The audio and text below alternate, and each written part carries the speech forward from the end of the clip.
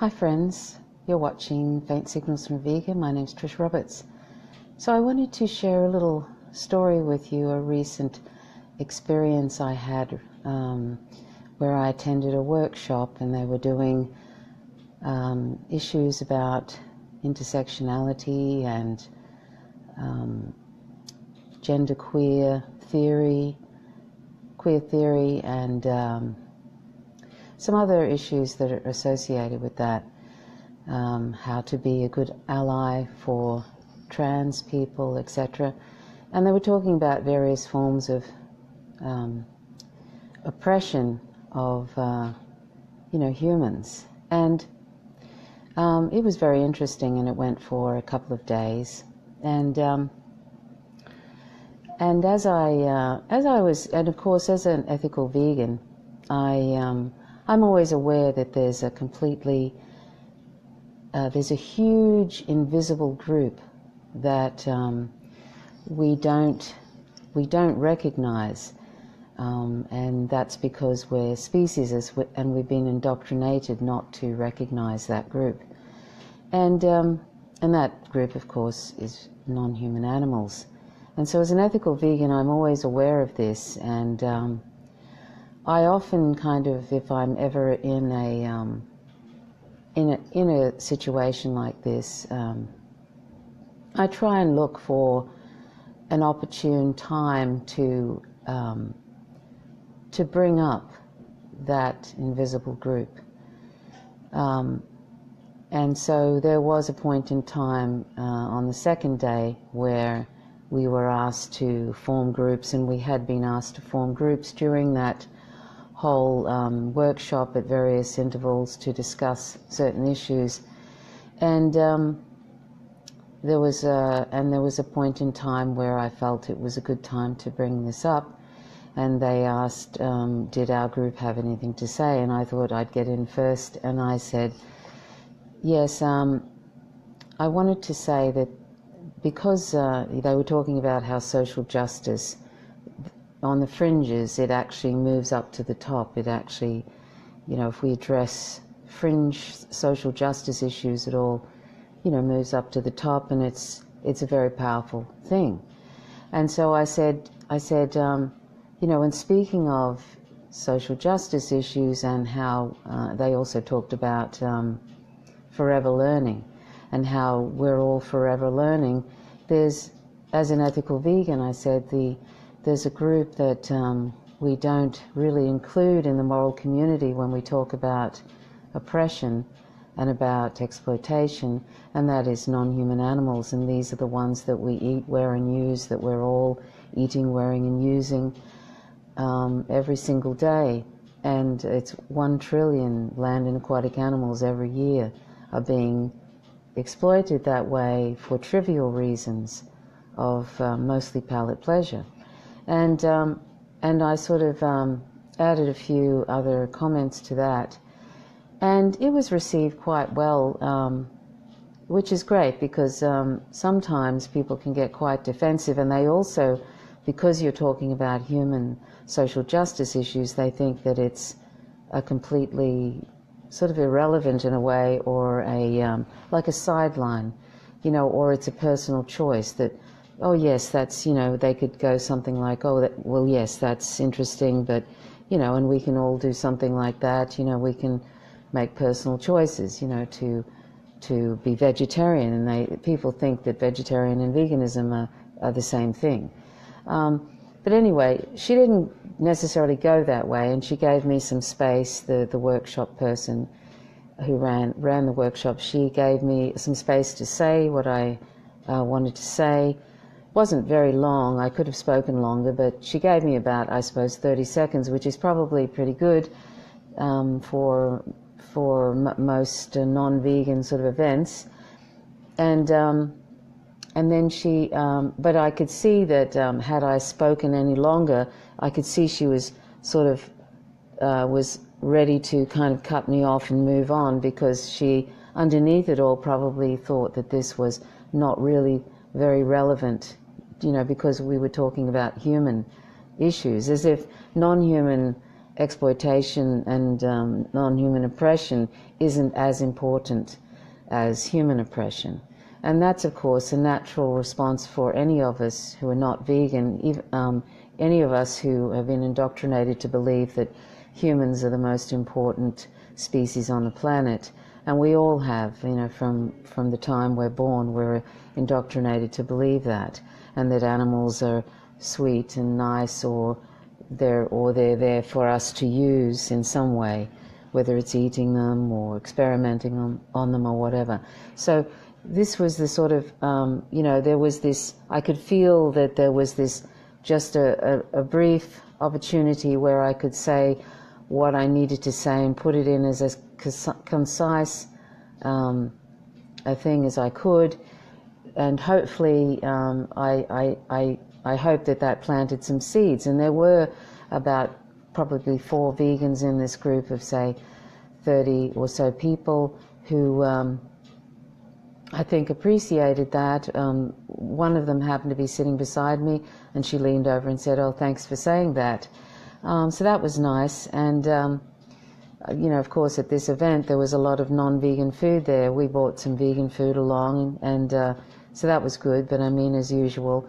And so, here is the evidence of our oppression sitting on the table at this workshop where we're all talking about how we need to be allies and to those who are being oppressed, trans people, LGBTI people basically, and indigenous people, etc. So it was, it's an interesting thing, but and it is tricky sometimes, to sort of introduce this issue of veganism, which is such an important issue and is inextricably linked to our oppression of human beings and our exploitation of human beings. It's very, very, it's very closely linked, and if we don't address that, then we're not really even addressing the ground level of the oppression that's going on today in the world. So that's why, for, say, the person who was running the workshop, she actually told the audience that she was vegetarian. Unfortunately, vegetarianism still involves eating, wearing, and using animals, so I'm probably going to have a private conversation with her in an email about that and hopefully encourage her to go vegan.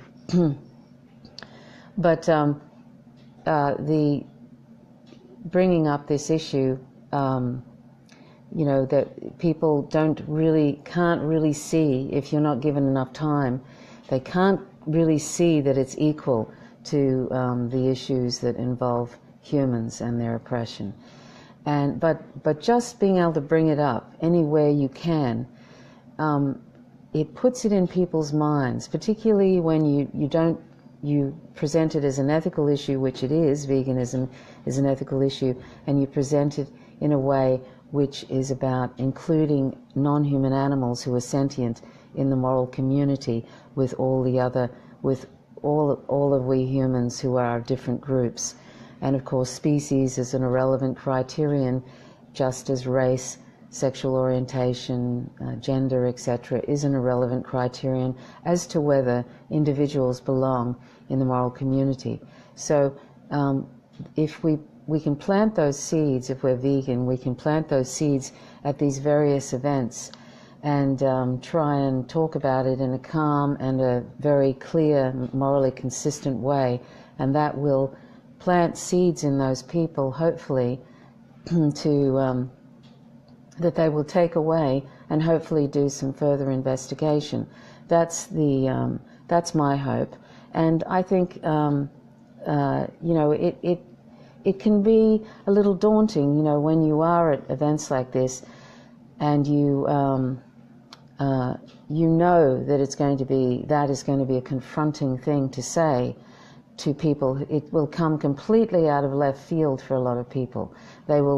Some will think, what on earth is she talking about? We're talking about humans here. That has nothing to do with anything. And she's trying to, sort of sidetrack, sideline. She's trying to, hijack this issue. Or they might just think, what a load of nonsense. Or they might get defensive and think that it's some sort of criticism of them.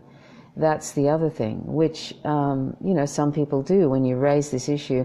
And even though it's not a criticism of anybody, I mean, I've been non-vegan most of my life. I only became vegan 12 years ago. So, unless we were born into a vegan family, we've all been non-vegan at some point or other. And so none of us have any sort of right to be judging anybody. But even if we were vegan from birth, it's not helpful to be judging anybody either, of course. And there's a whole stack of indoctrination that we've all been exposed to.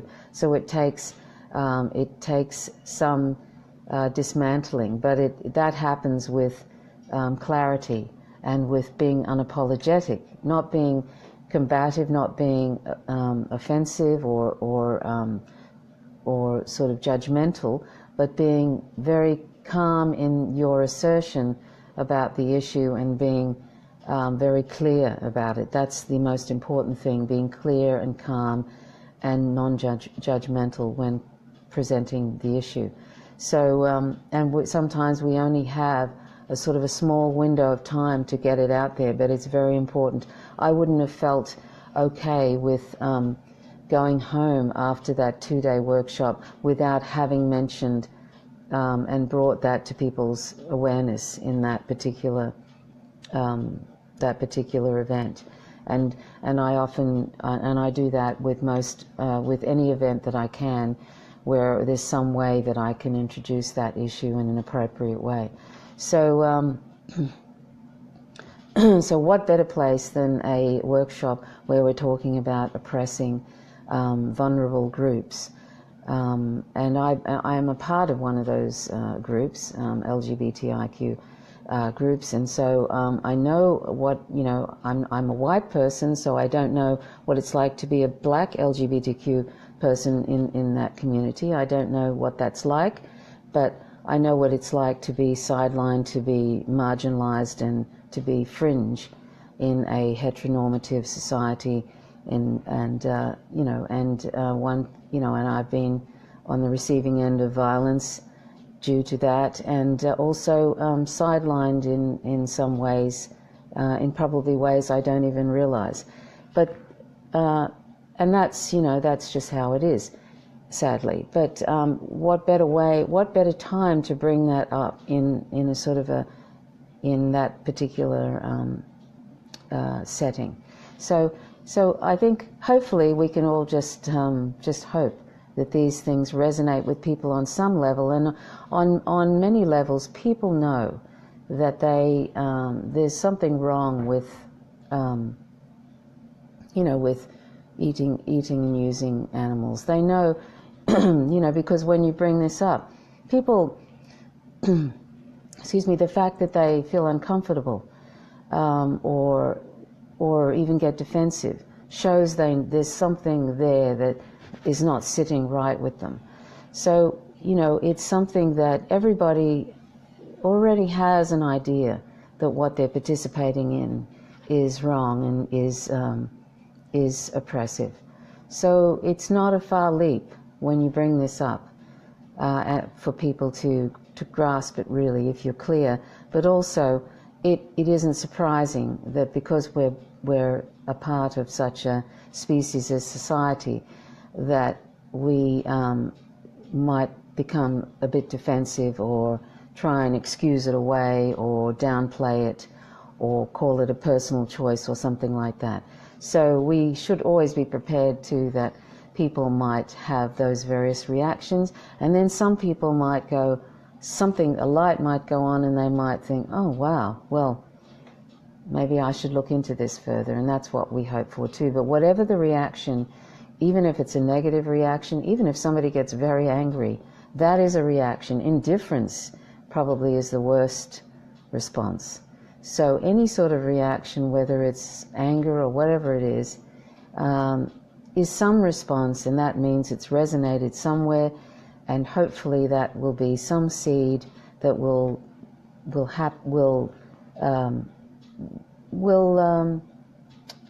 grow in the future. We can only hope that that's the case, and that's all we can do.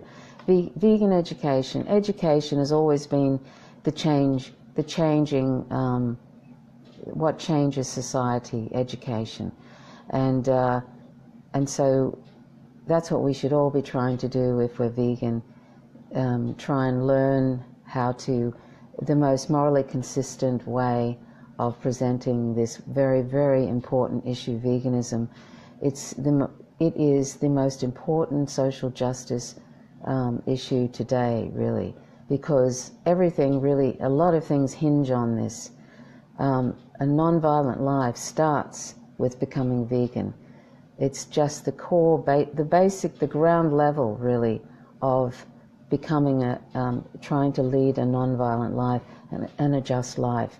And because non-humans are the most vulnerable group, and they're 99.99% of the planet's population, we have a moral imperative to, particularly if we're involved in social justice, human social justice issues, we have a moral imperative to embrace veganism and then try and spread this to other people, and it will grow exponentially, and it is growing exponentially. Even just in that small group of 30, there was 4 or 5 people were vegan in that group.